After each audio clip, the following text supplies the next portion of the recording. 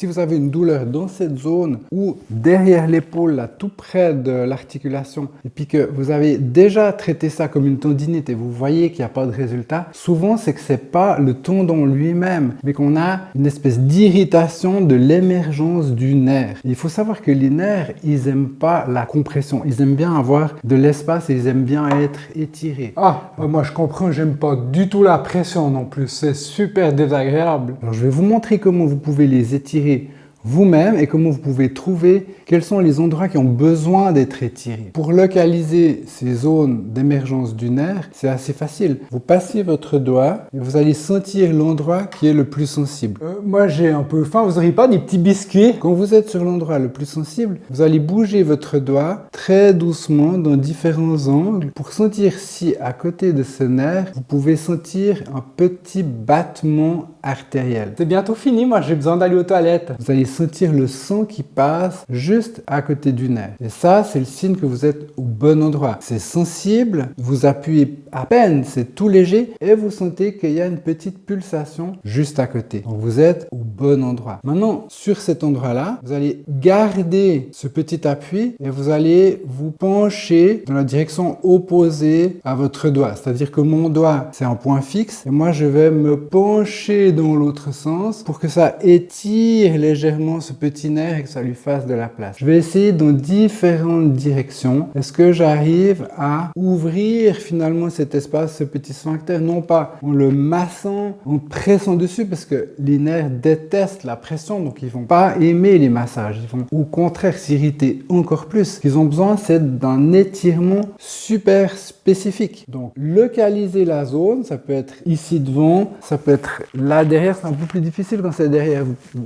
tirez comme ça avec la main, vous placez votre doigt et vous penchez légèrement en avant pour que le petit nerf s'étire. C'est comme si vous tirez un câble à l'intérieur d'un autre câble.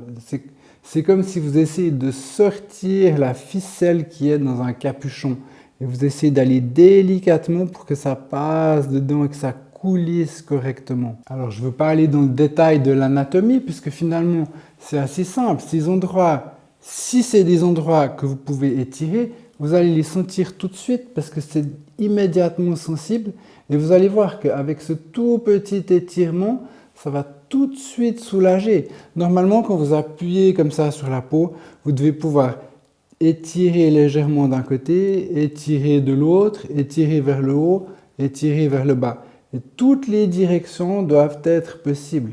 Alors, quand il y a une direction qui manque, même au niveau cutané, tout près de la peau, c'est que vous avez la possibilité d'étirer ce petit nerf. Donc, vous allez simplement tirer légèrement dans la direction de la résistance et vous attendez.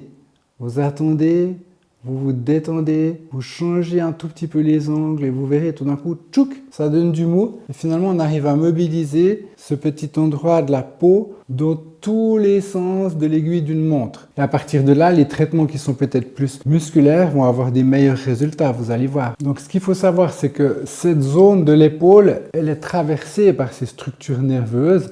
Et si l'épaule ne fait pas correctement son travail de stabilisation, ça va automatiquement compresser pas seulement les racines cutanées que vous avez travaillées là maintenant avec moi, mais aussi les émergences qui sont plus profondes. Dans ce cas-là, il faut être sûr que la coiffe des rotateurs, elle fonctionne picobello. Donc dans la dernière vidéo, on a regardé comment est-ce qu'on peut commencer à rendre sa fonction tonique au biceps, incorporer le biceps dans l'image posturale de notre corps. Et dans la prochaine vidéo, on va voir comment activer vraiment correctement la coiffe des rotateurs.